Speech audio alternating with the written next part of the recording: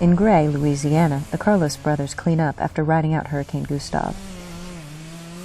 They live about 20 miles from each other, but one brother must wait a bit longer to return home. We're in a catch-22 situation with both parishes. It's who's going to do what. Less than 48 hours after Gustav crossed the southeast region, Lafourche Parish has allowed residents back in. Neighboring Terrebonne Parish has not.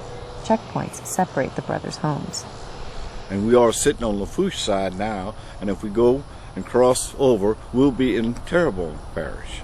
Right here by the overpass and the new highway, they stopped me and told me I'd be in a lockdown. This is a primarily Cajun community, used to weathering storms, and this was its first mandatory evacuation order and first lockdown. Those attempting to enter Terrebonne may need to wait until later this week.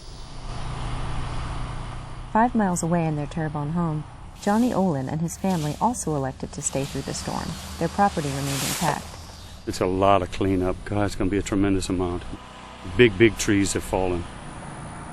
While Gustav left Louisiana relatively dry, this region took the brunt of its wind damage.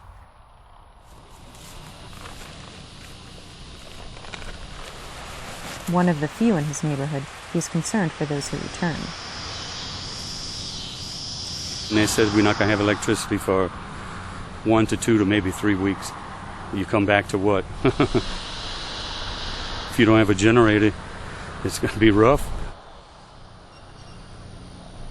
We haven't gotten any clear answer from the utilities that serve this area about how long we might be without electricity. Keith McGill is the executive editor of 2 regional New York Times-owned newspapers. We're here in the newsroom of the Courier, a newspaper in Houma, Louisiana. We're on a generator here, and it's pitch black outside right now. In Terrebonne Parish, we have 110,000 people. In Lafourche, we have 100,000 people. They're 2 autonomous parishes. They're run by different public officials who make decisions based on what they think is in the best interest of their community. People have emailed me personally and asked me whether they should come back. There are still wires and tree limbs everywhere.